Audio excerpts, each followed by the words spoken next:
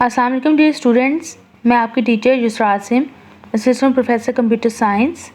आज का lecture start करने से पहले अगर आपने मेरे चैनल को सब्सक्राइब नहीं किया तो काइंडली कर लीजिए और बेल आइकन पर भी क्लिक कर दीजिए। आज का क्वेश्चन लॉन्ग क्वेश्चंस के हवाले से बहुत इंपॉर्टेंट है। That is what is database object and describe the database objects that are used to store and retrieve data to and from the database. Object हम किसे कहते हैं? कंपोनेंट को, पार्ट को। तो डेटाबेस ऑब्जेक्ट्स जो हैं आपके, वो डेटाबेस के डिफरेंट कंपोनेंट्स हैं या पार्ट्स हैं। और डेटाबेस के अंदर ढेर सारे ऑब्जेक्ट्स होते हैं to store and to get data to and from the database. पहला ऑब्जेक्ट है that is tables. We have discussed it earlier, लेकिन हम इसको थोड़ा सा रिवाइज करेंगे। डेटाबेस के अंदर जो डाटा है वो आपके टेबल्स में स्टोर होता है। इसमें रोज़ और कॉलम्स होते हैं। हर रो जो है वो एक रिकॉर्ड को रिप्रेजेंट कर रही होती है। जिस तरह इधर शहबाज का रिकॉर्ड है, रशीद का रिकॉर्ड है, शेर सलीम का रिकॉर्ड है। और जितने कॉलम्स हैं वो सारे के सारे नंबर ऑफ़ एट्रीब्यूट्स को रिप्रेजेंट कर रहे होते हैं, ठीक है, या फील्ड्स को रिप्रेजेंट कर रहे होते हैं। जिस तरह यहाँ पर रोल नंबर है, नेम है, सिटी है, मार्क्स हैं, ठीक है। हर रो के अंदर ढेर सारे कॉलम्स हो सकते हैं जिसको हम फील्ड्स बोलेंगे। और फील्ड के अंदर एक ख़ास रिकॉर्ड की डिफरेंट वैल्यूज़ एग्जिस्ट कर रही होती हैं। जिस तरह हम अगर रो नंबर 3 देखें या रिकॉर्ड नंबर 3 देखें तो उसमें देख लें कि इसके सारे एट्रीब्यूट जो कि शेर सलीम है, बहावलपुर से ताल्लुक़ रखता है, 701 मार्क्स हैं, तो सारे डिफरेंट फील्ड्स में एग्जिस्ट कर रहे हैं। एक ही बंदे से रिलेटेड, एक ही रिकॉर्ड से रिलेटेड सारे के सारे एट्रीब्यूट्स। रिलेशनल डेटाबेस में एक से ज़्यादा टेबल्स हो सकते हैं। हर टेबल का सेपरेट नाम होगा, ठीक है, जो कि एक फंडामेंटल या बेसिक प्रॉपर्टी है किसी भी रिलेशनल डेटाबेस की।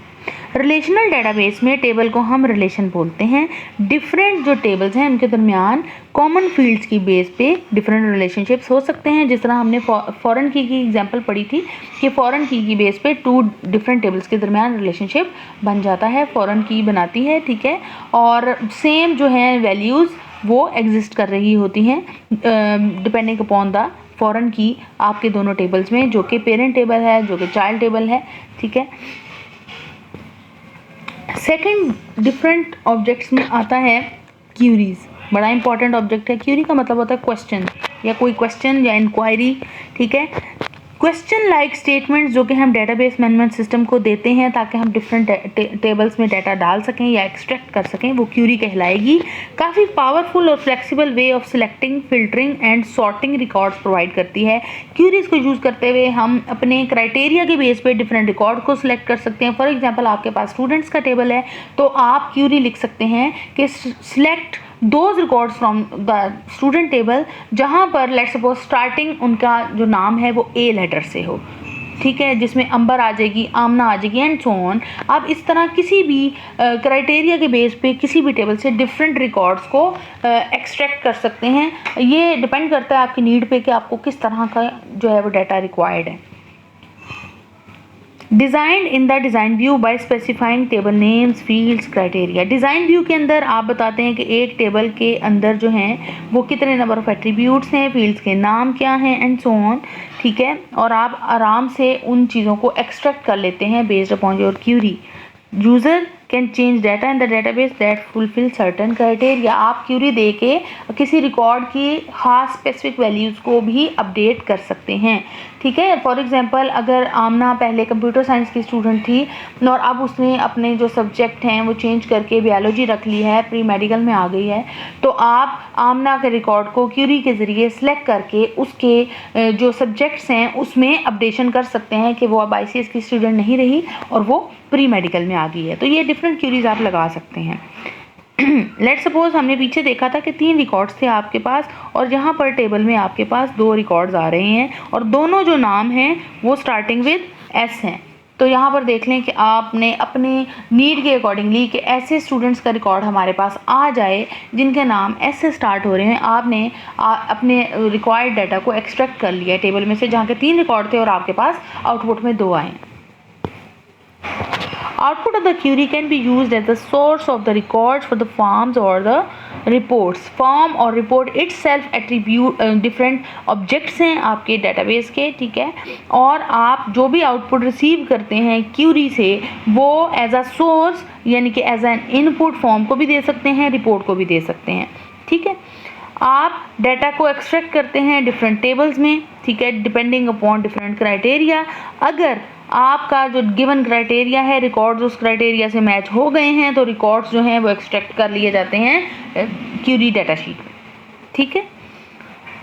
Information extracted appears in the data sheet view look like the data sheet view for a table, ठीक है। इंफॉर्मेशन जो आपके पास क्यूरी की आउटपुट के तौर पे आती है वो डाटा शीट व्यू की तरह ही आती है, जिस तरह एक सिंपल टेबल एक्सट्रैक्ट होता है। Difference between a data sheet for a table and a data sheet for a query क्या है कि क्यूरी की जो डाटा शीट है उसमें डिफरेंट टेबल्स में हम क्यूरी लगा के मल्टीपल टेबल्स के साथ हम डाटा एक्सट्रैक्ट इकट्ठा कर सकते हैं, और किसी खास जो टेबल का डाटा शीट व्यू है वो सिंगल टेबल से ही रेलेवेंट है। लेकिन जो data sheet view of the query है उसमें ढेर सारे जो टेबल्स हैं आपके, उनमें आप सिलेक्शन क्राइटेरिया लगाकर अपनी जो है वो नीड्स के अकॉर्डिंगली डाटा एक्सट्रैक्ट कर सकते हैं। थर्ड ऑब्जेक्ट है फॉर्म। मोस्ट कॉमनली यूज़ है कि आप यूज़र को इंटरफेस प्रोवाइड करते हैं जिसको यूज़ करते हुए वो डिफरेंट ऑपरेशंस डेटाबेस पे परफॉर्म कर सकता है। आप एंटर कर सकते हैं डेटाबेस के अंदर डाटा, एडिट कर सकते हैं, अपडेट कर सकते हैं, व्यू कर सकते हैं, डिलीट कर सकते हैं। इसके अलावा फॉर्म इज़ आ विंडो, एक विंडो होती है जिसमें डिफरेंट टेक्स्ट बॉक्सेस होते हैं, चेक बॉक्सेस होते हैं, लिस्ट बॉक्सेस, लेबल, बटन, ये डिफरेंट छोटे छोटे कंट्रोल ऑब्जेक्ट्स आपके फॉर्म के ऊपर लगे हुए होते हैं और आप इनको यूज़ करते हुए डाटा को एंटर, अपडेट, डिलीट, व्यू, ये सारे ऑपरेशंस परफॉर्म कर सकते हैं। ये बेसिकली आप डिफरेंट जो डाटा बेस के टेबल्स हैं उन पर आप डिफरेंट ऑपरेशंस लगा सकते हैं इन फॉर्म्स को यूज़ करते हुए। और जिस तरह आप जब भी ईमेल अपना नया कहीं भी लेट्स सपोज जीमेल पे आपने अपना ईमेल अकाउंट बनाया है तो उसमें डिफरेंट इन्फॉर्मेशन आपसे मांगी जाती है कि आपका जो है फर्स्ट नेम क्या है, लास्ट नेम क्या है, ठीक है, एंड सो ऑन, आप किस सब्जेक्ट से ताल्लुक़ रखते हैं, आपकी एज क्या है, कुछ ड्रॉप डाउन मेन्यूज़ होते हैं, ठीक है, कुछ चेक बॉक्सेस होते हैं, मेल या फीमेल हैं आप, तो वो सारे जो है वो एक किस्म का फॉर्म आपसे फिल करवाया जा रहा है जिसको वो फर्दर अपने डाटाबेस में आपकी इन्फॉर्मेशन पूरी स्टोर करेंगे, ठीक है। एप्लीकेशन प्रोग्रामर क्या है कि वो फॉर्म को डिज़ाइन करके यूज़र इंटरफेस क्रिएट करते हैं। फॉर एग्जांपल आप किसी शॉपिंग मॉल में जाते हैं, जो आप फाइनल अपना बिल बना रहे होते हैं तो आप देख लें कि वो प्रॉपर एक व्यू सा जनरेट हो रहा होता है जिसमें number of items you have purchased उनके अकॉर्डिंगली डिफरेंट प्राइसेस गिवन होती हैं और एंड पे टोटल आ रहा होता है। तो वो एक फॉर्म होता है जो कि जनरेट किया जा रहा होता है आपके सारे बिल इनवॉइस के लिए। It provide easy way to perform different operations on the database objects, ठीक है।